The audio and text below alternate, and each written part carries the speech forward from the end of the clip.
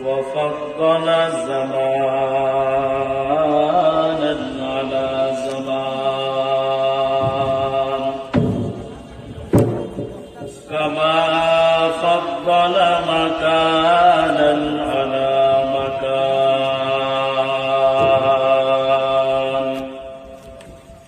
وإنسانا على إنسان ونشهد أن لا إله إلا الله وحده لا شريك له ونشهد أن سيدنا وسندنا وحبيبنا وطبيبنا وطبيب قلوبنا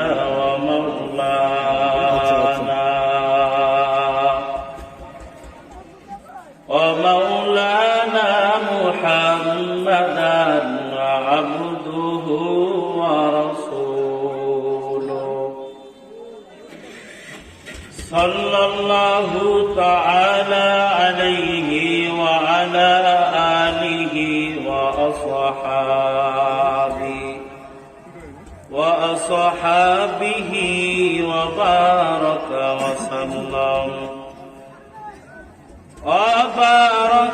وسلم تسليما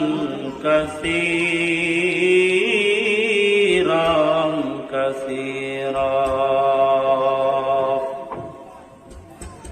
الذي أرسله الله تعالى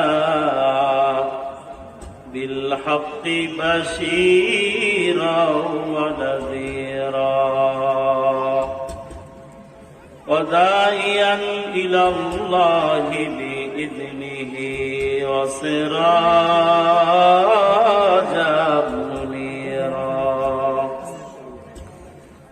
أما بعد فأعوذ بالله من الشيطان الرجيم بسم الله الرحمن الرحيم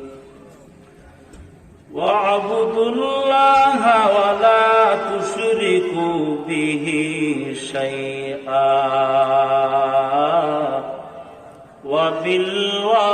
وبالوالدين إحسانا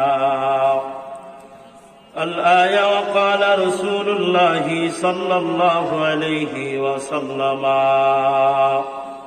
يخرج من النار من قال لا إله إلا الله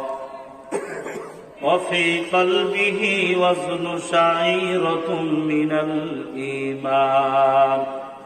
أو كما قال النبي عليه الصلاة والسلام صدق الله مولانا العظيم وصدق رسوله النبي الكريم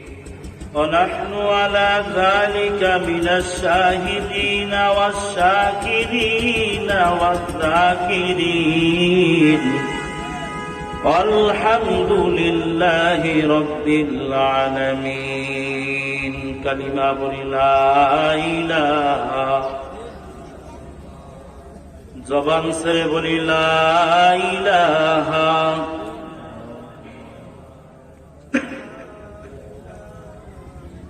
ألا يا ساكن القصر المعلى ستدفن عن قريب في التراب له ملك ينادي كل يوم لطول الموت وبنول الخراب قليل مرنا في دار دنيا ومرجع